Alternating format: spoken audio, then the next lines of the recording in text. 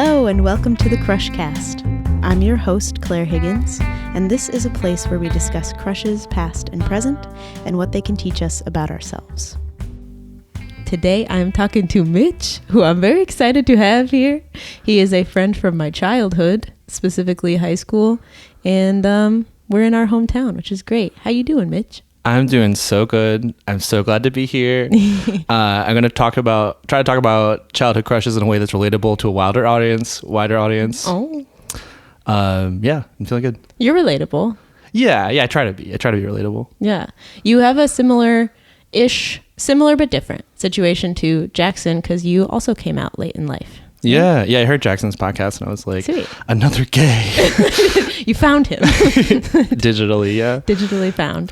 Yeah, I mean, I think I came out like in high school. So I think for like Right. Gen Z, maybe it's like, oh, grandpa, like so old. Like if they're like our pride parades in middle schools and elementary schools now, which I don't, Right. in today's political climate, like I don't know. I don't know. But yeah, I think as a teenager, because I consider coming out late, like maybe college post, or I've been in groups of like mature gay men who've come out in their like 40s and 50s, and for me that's Wow. like, wow, that's, you got a lot of things in life that you didn't experience.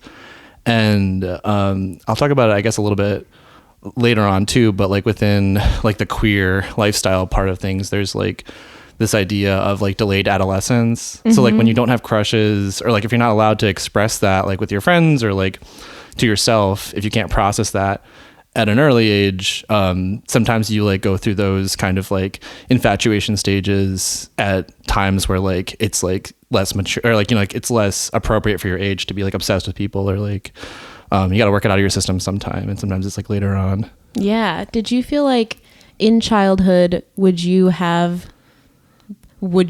gay crushes and were confused by them, or were you more just like I don't know, how aware were you?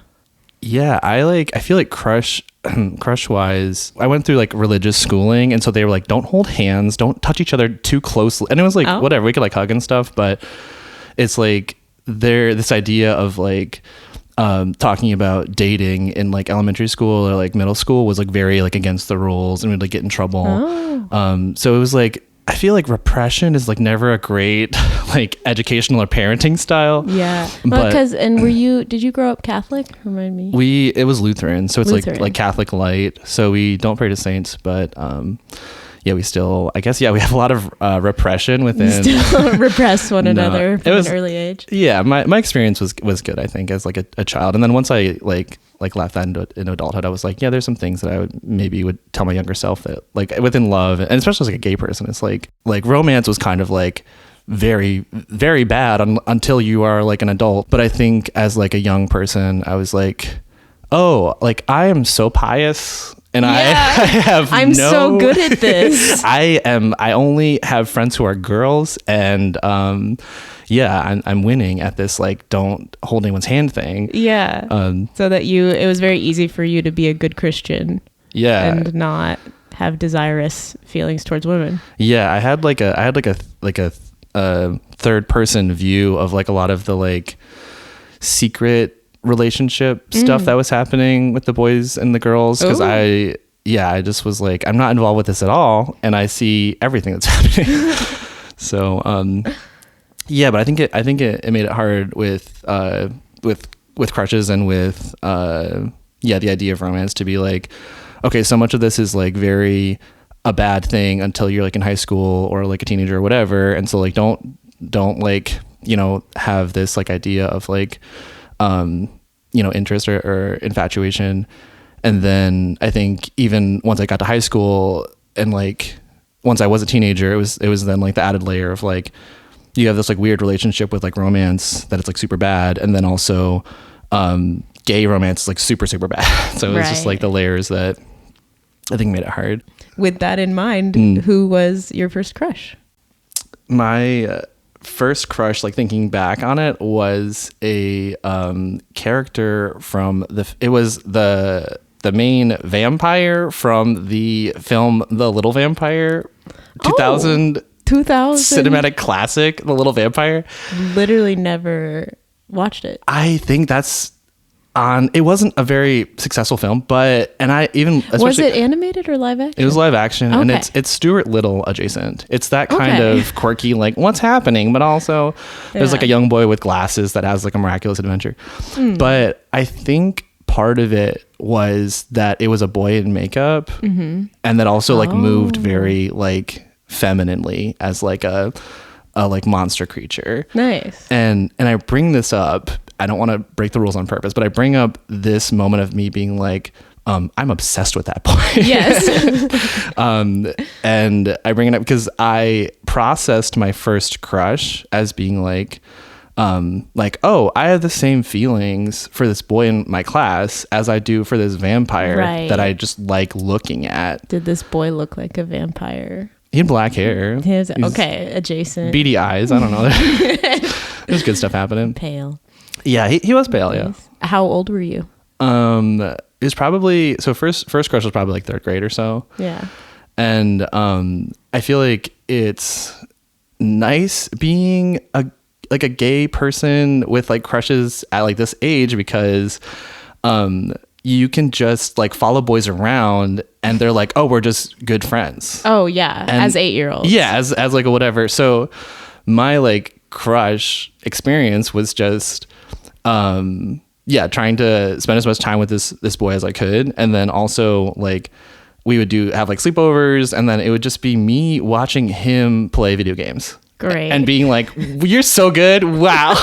Wow. Jump over that thing. And were you a very good friend in that way, that you never played the video game? You just watched Yes. Yes. It was terrible. Like looking back, I was like, that actually wasn't fun at all. And on like the off chance, and I was bad at video games. That was part of it. It's like, I wasn't like, I was like an artist in the way that I wanted to create art, and like video games are very like visually, like I'd rather be like making some sort of like game than like playing it. But on the off chance that I would get the controller for like 2 minutes, I would like start playing, be bad at the game, and then he'd be like, give me that back. Like, you lose your privileges. And also like, how am I supposed to get good at the game if I'm never allowed to play? It was always him playing, and then me being like, wow, this is so good. So good. What was his name, or a fake name you want to give him? Randall. Okay. Like from Recess. The Randall, the little squirrely one. But he was like nicer. He was Randall. Did he look like Randall from Recess? I feel like, yeah, he had beady eyes. Yeah, he, vampire. Was small. But now he's super jacked. Like he got into CrossFit and is just giant with tattoos. Yeah. So different vampire vibes, but I'm here for it. Okay, so you followed him around, went to his house, watched him play video games. Yeah. Was this also in school? Would you follow him around on the playground and these kinds of things? Yeah, I think it was kind of like, it was like the religious school had like smaller classes. Yeah. So it was a lot of like, well, there's only like 10 of us. So it's like, if we're playing basketball, we all have to play. Otherwise, there's not enough players. So yeah, I mean, I think it was a obsession in like both, kind of like socially, and then outside of school too, trying to still hang out and do stuff. And from my memory, it's like I hung out a lot. Maybe it was like a couple summers. Yeah. Awesome. And I assume there were no approaches with this crush, mostly just watching from afar, or from nearby. No. Yeah. I think it was like, for me, I was like, oh, it's exciting that we're having a sleepover. And there was like parts of my like brain that were activated, I think, when you like are like, there's like layers of intimacy that I think that are like, like appropriate at that age. And I was like, wow. But it was, but no approaches in like, I didn't feel, my brain, I think, wasn't even wired like that, where I was like, had any interest in engaging. Yeah, it's so early in life that I feel like your brain might not even be like, this is a crush, just I'm so happy that I get to be near my friend all the time. This is working out great. Yeah, my friend that like I act really weird around and is like, I just try to tell nice things to and don't really converse with, and just try to say really good stuff all the time. Yep. Yeah. So that's why it's like, for me, kind of the difference between like why I process it as a crush. Cause I was like, oh, that was like fully motivated by just like wanting to be seen in like a positive light by somebody, and not in like a social way that like builds any kind of capital. It's just like, oh, it matters to me if you think this is good. Yeah. I want you to think well of me And I don't really know why, but just because you're amazing, like Yeah. that little vampire boy. Yeah, crawl into my window, dude. Yeah, okay. Then I'm interested in the little vampire Yeah, I mean, aspect. Yeah, it was relevant. Tell me more. What's going on there? No, just about the movie in particular. What drew you to this type? I think it was like the idea of like the main character is this like nerdy boy, which I didn't like relate that much to like, but I mean I was 10, so I was like, oh, another 10-year-old. We are the same. Cool. But it was the idea, I think, of being like whisked away to this like separate like reality. Yeah. And I think like gay people and like young people, like gay young people sometimes like relate a lot to like the Little Mermaid or like other like mythical like things where there's like a separate universe. And I think it's like hard to like at that age be like, oh, like why do I feel so different, and like why are my ideas of like gender and like, I mean, sometimes there isn't any difference with how, you know, kids develop and stuff as far as like queer identities, but I think there is, like I was saying, like with like the kids on the playground, like the boys and the girls that are like trying to figure out like what the secret, you know, things of like love is going to be. Like I was like fully detached from that, and I didn't, Right. I was like, oh, like everyone probably feels like as uninvested in this as I do. Right. But so I think for like young queer people, there's like a strength or like an interest in like stories that like kind of take you out of like a current reality into somewhere where maybe things would like make more sense. Yeah. So it's like, why am I so different? Is it because I'm of another place, of another world kind of thing? yeah. So it was like, he was just like in bed one night, and then there's this like bat boy that like comes in and like crawls on the ceiling. And it's like, yeah, just the idea of like, there's some boy that like wears makeup that like moves like effeminately, that can fly, that, you know, is gonna like take me away to this like separate world where like, you know, different things are possible. And yeah, like me, I think like part of my process was like, oh yeah, maybe things would like make more sense like socially or emotionally. Yeah, so I think that was like kind of the idea of like a separate world, plus all of the like fancy clothes and stuff. Like there was a lot of like bedazzled like There was a lot of fashion. there was fashion bedazzling happening. Yeah. Yeah, a lot of beadwork, gorgeous beadwork. Because I mean, for context, you did costumes in all of our high school productions, and Yes. into your early career was quite fashion oriented. Yeah, a passion for fashion for sure. Yeah. So I think, yeah, I mean, maybe the clothes, yeah, were like a big deal. Vampire clothes. A bedazzled vampire. Great. Well, who was your biggest crush of your life? I feel like that's such a big question, and it also like coming on this podcast made me think through like, okay, like how does one like define a crush? Like where's the line between like kind of like wanting to date somebody or like seeing someone seriously, or like I think crushes a lot of times like exist in this like fantasy world where like you never like really want to engage with somebody. Yeah. But so it was hard for me to be like, because like I have a crush on every boy that I've ever met. I mean, you do to provide context to that too. I feel like I was thinking about who your crushes would be, but I have also always thought of you as having a crush on every boy. You just love. Well, I think it's like I get maybe hooked in quickly, and I think also I have the added like blessing or curse of like pursuing my crushes in a way that's like, when things aren't working out, I'm like, well, there's probably something underneath that's like good, like worth I gotta keep pursuing going. this. And it's, I think into adulthood is like definitely boundaries of them acting not interested is like a point to stop and turn around. Yep. But the biggest crush in my life, I think, is like an unrequited love that like I kind of still have. And I've known this person for like 10 years at this point. And he was in a relationship when I first met him. And then it was a really toxic relationship. And I was like, oh, like I'll be here when you're sad. I will save you. Yeah. Oh, yeah. Or And I will be here for you too. Yeah. A shoulder to cry on. Yeah. When stuff's not going good, which happened. He like, I'd see him probably like once every couple months and we would like hang out and do stuff. And, yeah, I think he was like, oh yeah, we're just like really, but he was gay. And so he was like, oh yeah, we're just like really good friends. And he was like, oh, me and my boyfriend are like not open, which is like another like weird. So like I think that's like with a crush on every boy in gay world, like you kind of can like be just like continually engaging with men. What do you mean? Like it's more common for there to be open relationships? Yeah. Oh, for sure. Yeah. I mean, I think like within dating apps and stuff, I think like a majority of folks on apps are in relationships, which makes it challenging. If you don't want to be in like a multi-person, you know, more than two people relationship. Yeah. So if you're like, I would like to find one person, not two or more. Well, I've started saying my like, oh, like I'm looking for a primary partner is like the language, and I'm like having to talk within like, and I think that's from like polyamorous, like, because that's the same way that they talk as they're like, so I'm having to like learn language about subcultures that I'm not like necessarily involved in.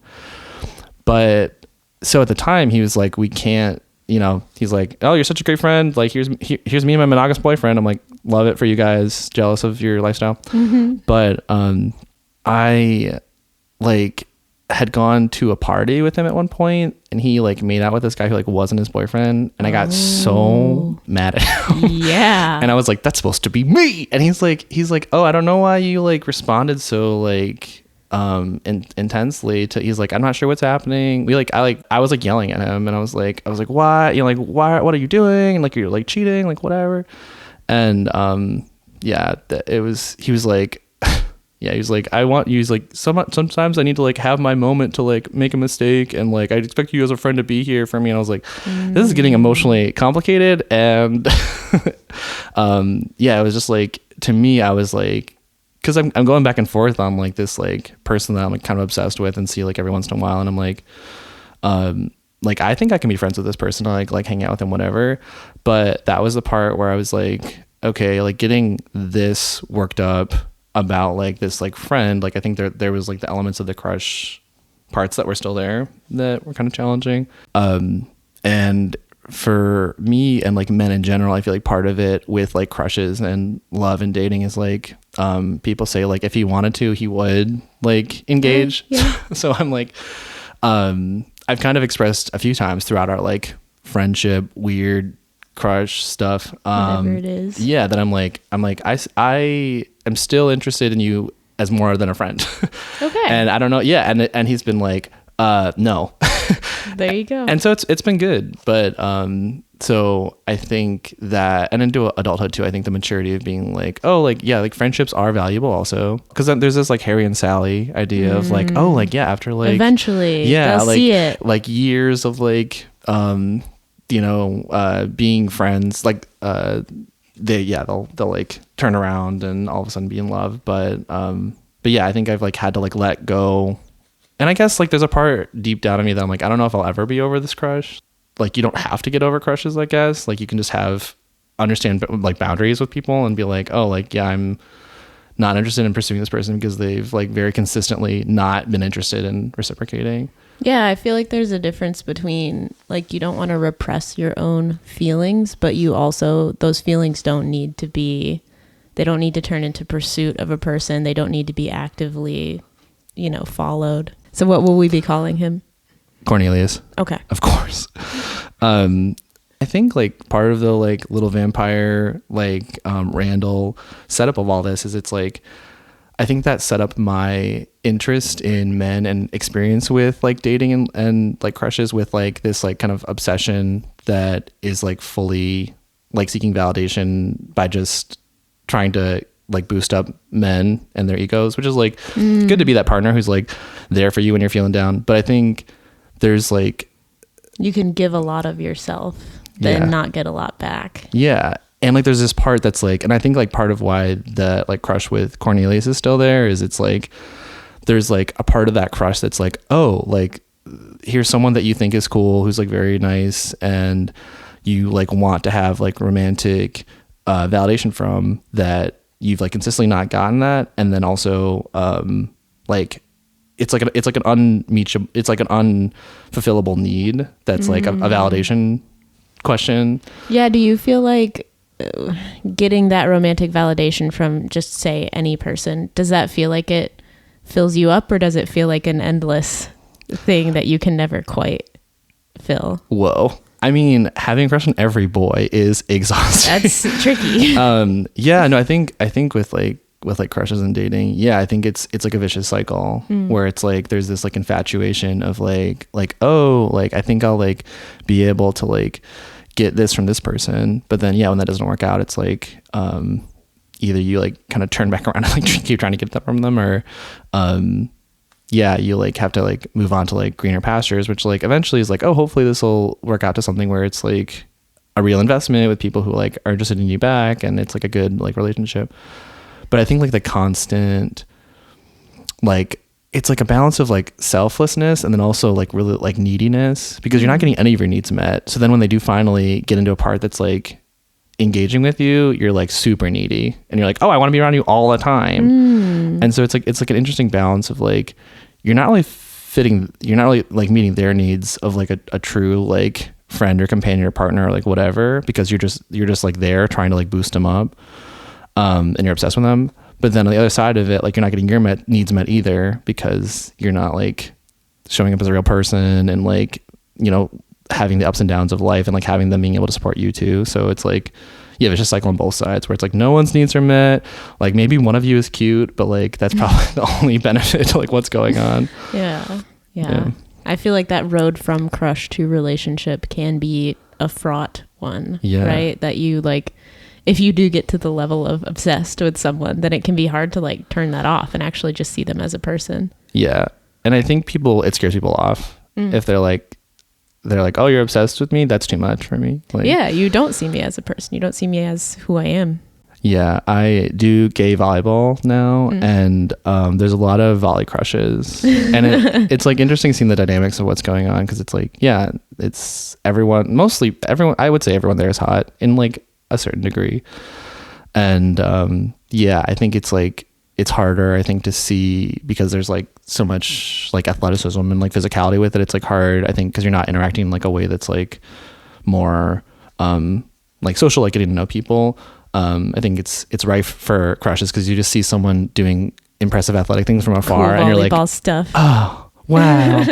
Yeah. How do you feel about, I mean, you're involved in a lot of, you know, activities in the queer community, and you make a lot of queer friends, but you it's also kind of a dating ground, but also a friend ground. Does it feel I don't know, is it weird with boundaries? How do you navigate that? Yeah, how do you navigate dating? Yeah, I feel like it's like tricky to like the phrase like don't shit where you eat. Yeah, is like you don't want to like poison, like if you have some sort of like messy dating thing that goes south, like you don't want to have to stop going to you love your dance class or whatever. You love your so I think a lot of the things that I do are a lot of like old gay men, which is good. I do like there's like for the folks that are like in the Midwest, or actually all over, there's like men's knitting retreats for gay men that knit. So I feel like part of it is like well, there was another crush, I guess. There's another, so I have sheep for the folks at home. I'm a livestock enthusiast, and I raise sheep for wool to make fiber arts products. And there was another shepherd that was at one of these events, and I was like, I think I'm in love. Like, I was like, you're who I've been waiting for. Oh my God, I'm in love with a shepherd. Yeah, fucking Farmer Frank, dude. And was this local or was this far away? No, this was on the East Coast. Okay. So that was part of the challenge, is like it can never be star-crossed lovers. And I think part of it that was like freaking out is like I was like, okay, someone interested in my interests, that is also gay, that is also age appropriate, married, but open. So that's the thing with. That's the thing. And gay married, right? Like, don't even have to navigate that side of it. But gay married but open, which it sounds like is kind of common. Yeah. And it's like, but it's complicated. That's not straightforward. Yeah. And I guess that's the hard part about like, if you go into like open kind of like dating spheres, wanting to be like pursuing crushes, I guess, like it's hard because they already have like a very real partner that's meeting a majority of their needs, or like, you know, they're very serious about a lot of times. So it's like, I feel like within crushes, it's like this like unattainable, like, oh, like my like coworker that I'm in love with, and like, oh, if only he would like leave his wife or whatever. But yeah, a lot of times in gay world, like they don't have to leave their husband and they don't want to. And so it's the question of like, and I haven't engaged with this farmer Frank. Yeah.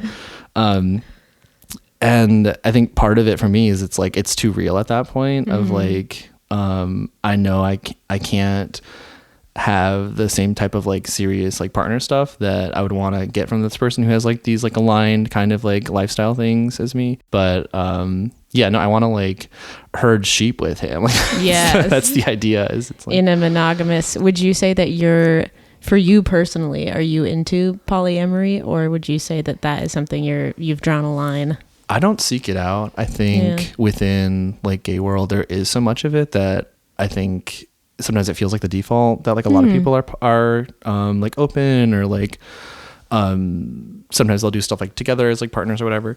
But yeah, I think part of my like worldview, and like I do a lot of like nuclear family stuff as like a single person, that I think it's like my vision of like my future is that more, but there's like layers, is like, sorry, my vision of my future is like more monogamous, like simple, like nuclear family stuff. But you know, is that real in like America? And like, does that bring you happiness? And like, it's like these like larger questions where it's like kind of good that there's like more options out there, that it's like, I don't feel pressured to do that. The freedom to be something else, but I don't think there's anything wrong with, wanting what you've had, and there's nothing wrong with that. Yeah. And I've like I like dated a couple where like one was into like knitting stuff and the other one was into like finding like edible fruits in the woods. And so they were like two of my passions aligning. You have one for each. Yeah, exactly. And they were like, we can hang out separately and as like a throuple, and like we like have our own things going. But I think again, like the reality of that, like I'm like, do I want to move in with them and their cats and have that be my life? Right. And I think like the like magic of gay world is like I can like explore that as like an option, but at the end of the day, yeah, it's like, do you want that? And I didn't. Yeah. Sweet. Well, I'd like to move on to celebrity crushes. Yeah, a little, if you don't mind, a little lighter fare. Yeah. But this was another thing as well, that I've known you to have a crush on every boy, but I don't know who the big celebrity names would be for you. Boy. I feel like general types is like dad type. So like Mark Ruffalo. Oh, like a, I don't think of Mark Ruffalo as dad bod dad, but like as just a father. A father figure, which like he's tired. He's got crow's feet. Yeah. He gets like kind of cranky sometimes. I have a good relationship with my dad as far as I can like work through. But yeah, I think it's like interesting being like, oh, they'd be really good with kids. Or like this idea of like a nuclear monogamous thing is, it's like if they can demonstrate their like suitability of parenthood, then for me that's like exciting. A good father. Yeah. Okay. Paul Rudd. Oh, I'm seeing it between those two. I'm seeing it.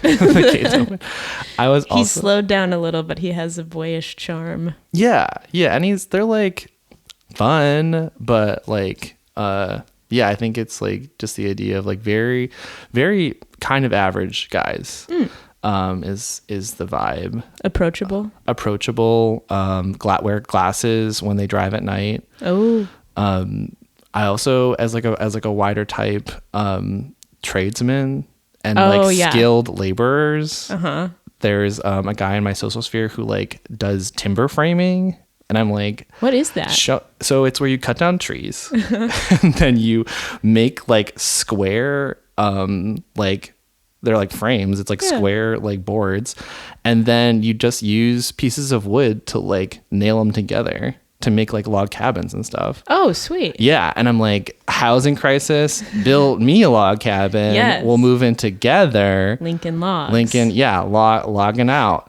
And shiver me timbers. Am I right? But yeah, so I feel like general tradesmen. I want construction workers to whistle at me. It's very polarizing with some, I understand, like, workmen, because they're either super hot or terrifying. And you want attention. You don't want to be attacked. Yeah. Well, also just like gross looking. Okay. Like that's they don't have to be dangerous. Just sometimes for guys working construction, you got to be okay with them being kind of stinky sometimes. Yeah, that's fair. And then they're gonna have bad teeth sometimes. Oh, sometimes. Okay. I don't think maybe the dental. Not all. The dental. Yeah, some of them have really good teeth, and you're like a diamond in the freaking rough, dude. Yeah. But is this a celebrity thing, or do you just your types? Types of. Okey-doke. Yeah. Sorry. Bring reel it in. I just wondered if there was a celebrity when construction Matt worker Damon played on your that mind. cement layer in that one movie. Yeah. I think maybe that's something I'd like to see more celebrities that play construction workers. Pretty masculine types. You got your Boys, dad type, you got your builder. Yeah. But yeah, I think skilled labor is always hot. Like, regardless of what it is, it's like you have worked really hard on something. Yeah, and they like care. They like put time into like learning. Yeah. Yeah, like, and you're a hobbyist. You have so many hobbies. That's what I'm saying. I need them to hold a wrench for me when I'm doing wrench stuff. Hobby together. Yeah. But yes, I'm sorry to bring it back to celebrities. That's what I'm no, doing. important celebrities. But yes, who are some important moments? So we have our Mark Ruffalo's, we have our Paul Rudds. Yes. Is there anyone in particular? I was gonna bring some drama. I am not attracted to women, but I feel like that's what I'm saying. Is that we're changing cards. Emma Stone. I feel like lights, and maybe it's because she just sounds smoky, but. Yeah, it was kind of like the rules on like where, which gender is what are the crush rules? Yeah, gender's a spectrum, and she identifies as a woman, but hey, yeah, you're picking up on something. there's a spark there. Yeah, there's something there. Yeah. There was a straight man though that was like, I have a crush on this weatherman, and I'm like, oh, like you are sexually attracted to him, and he was like, no, and I'm like, this is bothersome to me.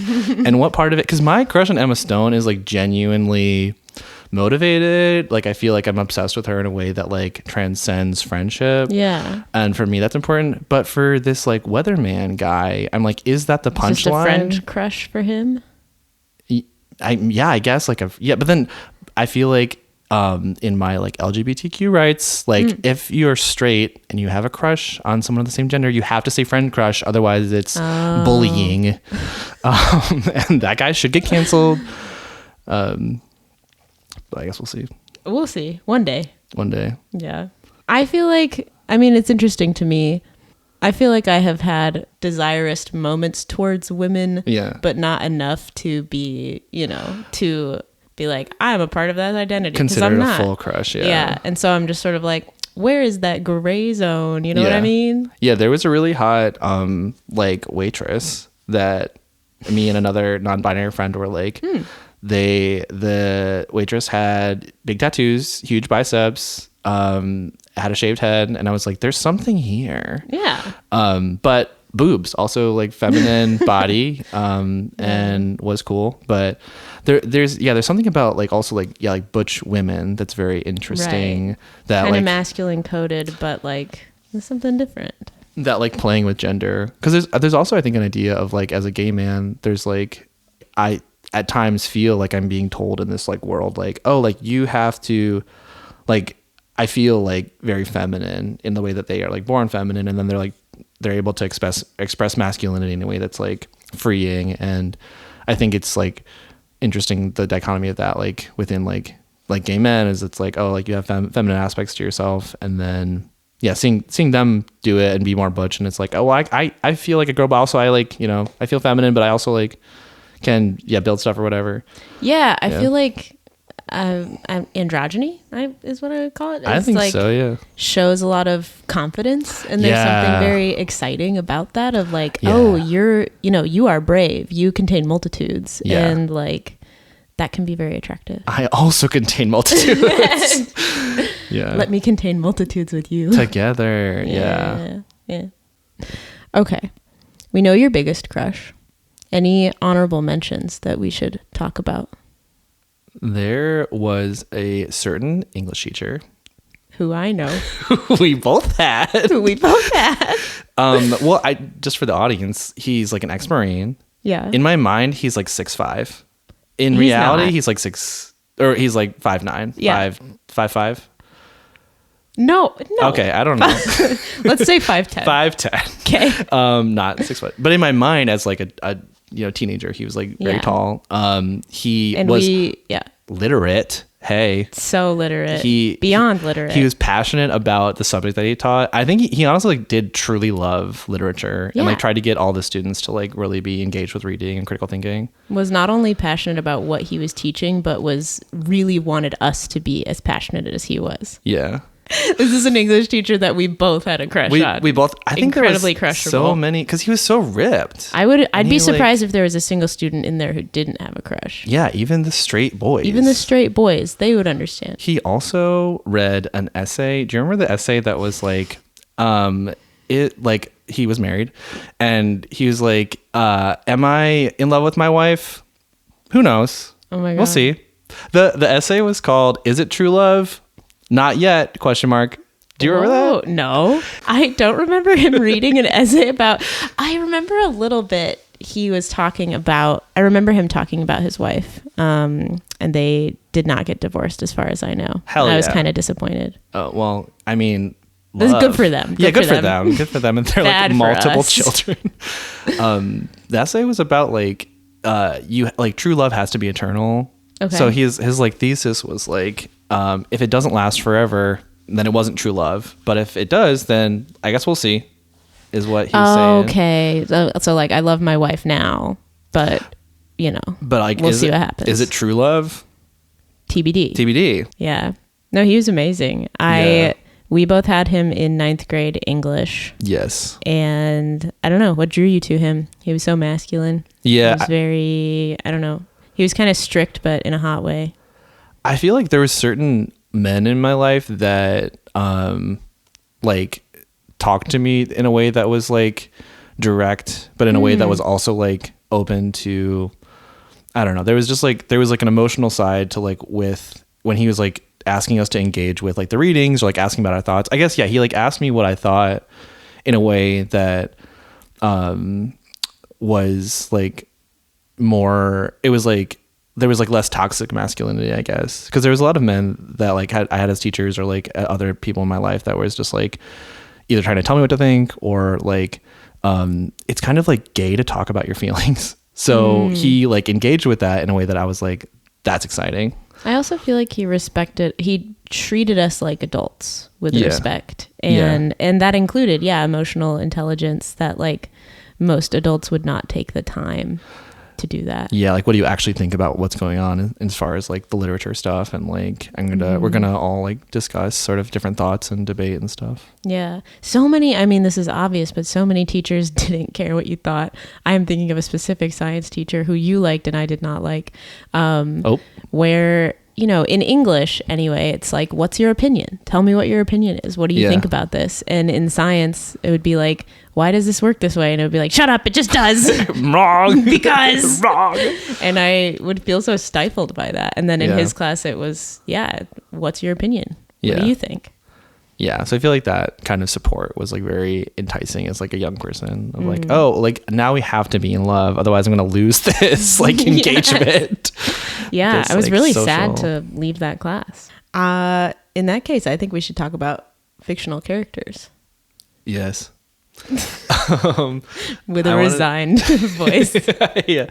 I wanted to come in hot with Spirit, the Stallion of the Cimarron. Oh my God. I get it. Something about his eyebrows. And that was a very human horse. I had to look it up. It was Matt Damon. So like within my type of celebrity, horses. Also being construction worker, dad, horse. Yes. And I think it was like, I was like, I just want to like be on his back and like riding off like through the like pre settler like wilderness of America. Like it was a very beautiful sentiment, and I was like, if I can be part of that. And they had like the love scene where the horses were like, they were like spinning in like a pool. And I don't remember that part. It was very impactful for me. But again, he seems like a good dad. So I was like, he yeah. had the way they did that horse's face was very human and very expressive in a way that they didn't have to go that hard, but they did. Real horses don't have eyebrows, and Spirit did. Yeah. Spirit. I remember that movie. That movie kind of messed me up because they whip the horse. They do. There's some horse abuse. Yeah, I'd say it's not pro horse. But I like Spirit. I'm with you. Yeah, I think maybe I need to read more. Maybe that's a problem, or like see more films. But yeah, Little Vampire, obviously. Oh yeah. Who played the little vampire? Do you know? I had to look it up. The actor's he's a former actor, is what Wikipedia says. So if you're trashy, well, I mean, you just try your best. Rollo Weeks is his name. Like Rollo, like the candy, and then Weeks, like 7 days, multiple weeks. And he's 38 now, so age appropriate. Because there was a little vampire movie with the same kid. No, with the same kid from Stuart Little. Oh, that's the film. I'm talking about. Yeah. Okay. 2000 cinematic classic, The Little Vampire. Yeah. So, but he wasn't the vampire. The Stuart Little kid? Yeah. I think he like becomes a vampire. I don't even really remember the film. I just remember the scene where he's like in bed and then the vampire crawls on the ceiling. And so you didn't have a crush on the kid from Stuart Little? Of course not. Just kidding. Do you think he could like work on a construction site? Obviously not. Look how frail he is. Yeah. He's 10. I wonder where he is now. I could see him probably doing well. Yeah, jacked. I feel like it's hard for actors. They're like under such pressure to be all things. And he can sing and dance. He's got his little tap baton. Yeah. So many skills. Okay, but Rollo Weeks was the Rollo crush. Weeks, dude. Yeah. Wide set cool eyes. Name. Yeah. Characters. Ash Ketchum, I think as a child, I was like, he loves animals and he makes them fight. So very powerful. I always wondered how that worked. We have discussions about the morals of Pokemon that, are they happy in the Pokeball? Are they sleeping in the Pokeball? I feel like, how can you love something but make it fight and trap it? Well, crush wise, I feel like they're not enough crushes in the Pokeball, but I mean, true animal fighting is like so none of them are better for it. It's all so devastating. So I think Pokemon would probably be along the same lines where it's not good, so unfortunate. And it's like a reflection of like the human depravity. It's like they're not happy in there. They look how small they are. They're all squiggly. That Ash has to be a problematic fave. Oh, for sure. I think it's like, my point is, he thinks he loves Pikachu, but does he? Maybe if he loved him enough, he would let him go. But my perspective is, I can fix him. Is my point. So it's like, maybe he's got he's got this like weird animal fighting thing. We can work with that. There's also his goal is to catch them all. Mitch. Yeah, men with goals, fucking committing to something. Hey, he's like willing to show up for the Pokemon every day. Professor Oak, there's a dad type. Yeah. Hidden in plain sight. Of course. Who is it? The father. Well, he's like a priest from Fleabag. Oh, the hot priest. Yeah, the hot priest, which like I'm not necessarily, there's a lot of like religious trauma that I'm working through, whatever. But I don't necessarily, it's not like I have hooked up with priests and that has been interesting. But that priest I'm obsessed with. Yeah. And he can tell me that my love for him will fade away any day of the week. Yep. And he'll be wrong. Well, because it'll persist. Damn. Yeah. Like for 10 years, like me and my biggest crush. But yeah, no, I think it's what is it about him? He's so pious. I like his little like, do you want what you can't button have? Collar. I think that it's like a man with a niche interest it goes like worlds for me. I'm obsessed with guys that, like very like man with a skill, man with a hobby, specific focus in life that it's like, he's got to pray, like, damn, like it's so driven and he can't he can't be texting me. He's like texting confessing God. His sins. Yeah, texting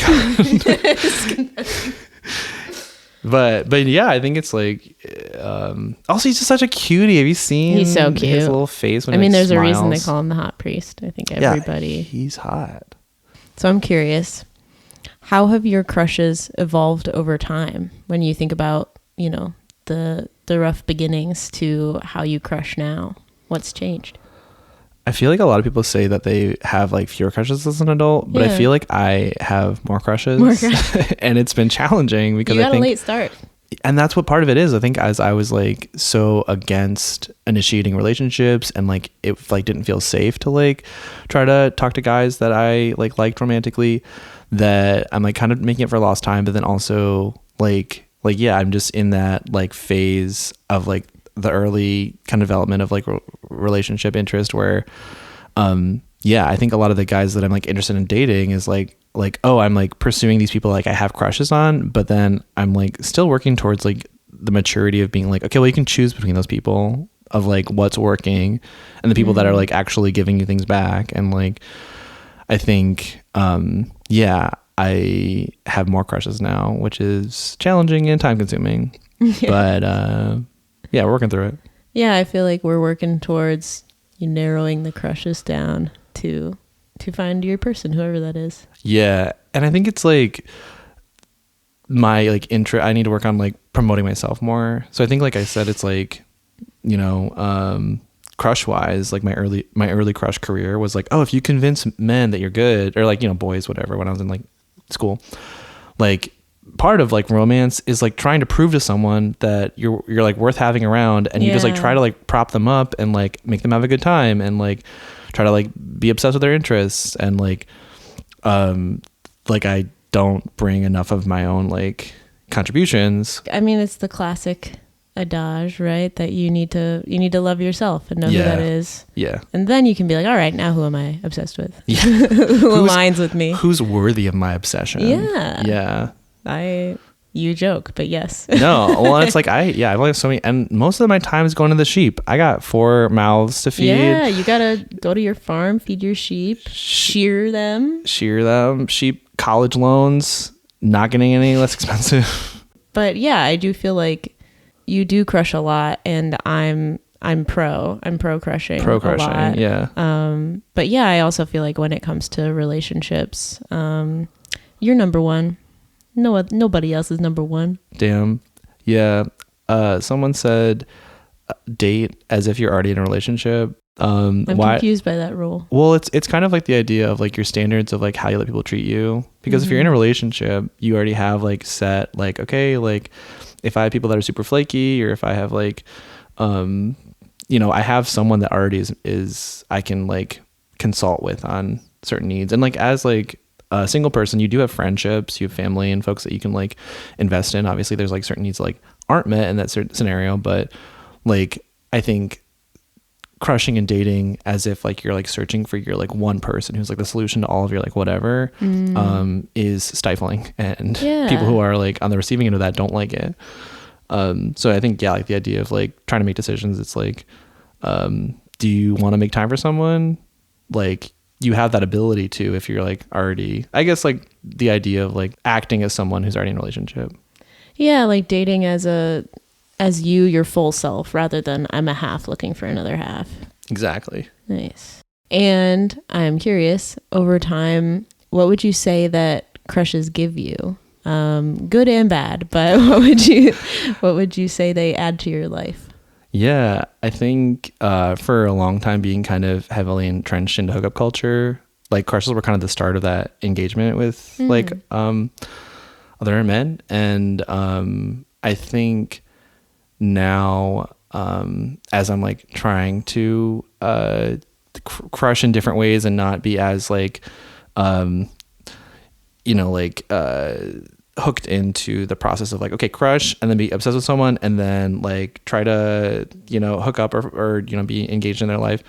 Like as I'm trying to like loose myself from that like pipeline, I feel like crushes are cool like motivation in like seeing inspiration in other people of like like what are the parts of their life that are like inspiring to me, and like what am I getting out of this that like maybe I want to be a chiropractor DJ, you know, or like or whatever. What or do like, I admire about this person? Yeah, are they reminding me of my own passions that maybe I feel like I'm neglecting that I can like invest more into? And yeah, I think like trying to find healthy ways with crushes. It's like crushes are just like exciting parts of life, and it's good to have a zest for life, and there's no limit on the amount of zest you can have, but it does, there are limits on time, the amount of time in the day. So yeah, it's good if your zest will call you back sometimes.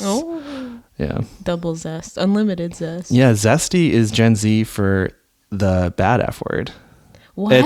It's like well, maybe not that intense, but zesty is. I thought it was a good thing. It is good, but it's like calling, like, it's like saying that's so gay in the 90s, in the 2000s. They're like, he seems zesty, and it's like, that's the punchline is, well, the punchline is he's gay. Oh. But the thing is it's like age. 80% of Gen Z and Gen Alpha are within like the LGBTQ, like there's so many more gay people because of all the chemicals in the water.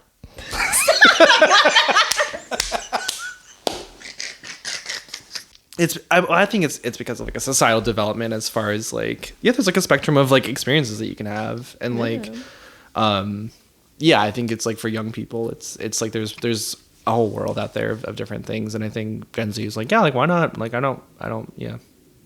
I mean, we have, everyone's online all the time, and so if you're curious about maybe I have this feeling, maybe I am not all the way straight, then you actually have resources to explore that.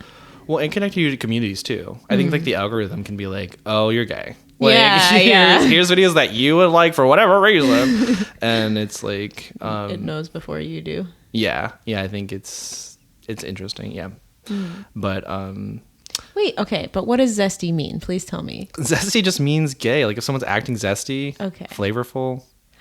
It's like he's got extra pepper, lemon pepper in his stuff. Okay, got that kind of thing. So it can be. I think it can be neutral. Okay. But I think it can also be weaponized. So like watch out there. If the punch, I guess just like in general, if the punchline is like he's gay, maybe like rethink that joke. Yeah. Like that's my soapbox. But yeah, I think I said the F slur, and that was probably too strong of a comparison. Yeah. But I was just thinking of the word fuck, and I was really confused. That's funny. Yeah. No, the F slur. I guess it's the F slur. The F word. The slur for gay people. Fuck. Yeah. Yes. Any extra notes for the people? I am single. Great. And if any skilled or unskilled men want to come to Michigan, want to get in touch, well, yeah, ideally, just throwing it out there for you folks. You can check out my Instagram or blog, my WordPress blog that I will start soon. Don't be afraid. You out there who's still listening, thank you. Don't be a stranger. Yeah, don't be a stranger. You have sheep. Yeah, I do have sheep. So comes with sheep. You can email Claire, honestly. Too many emails? Email me. You got a professional email on the podcast link. So love letters accepted. Love letters accepted. Hate mail. Yeah, specifically if you have negative critiques of how I did. Email me. It'll fuel my fire. Yeah. Thank you for being here, Mitch, and I'll let you go feed your sheep. It was my pleasure, and they are hungry and demanding. And that's our episode. Thank you so much for listening, and thank you to all of our guests for sharing and being vulnerable. The Crushcast Season 2 will air every Tuesday wherever you get your podcasts. Please subscribe if you'd like to keep up with us so we can keep growing and you can keep on listening. Thank you for lending your ears, and we'll see you next time.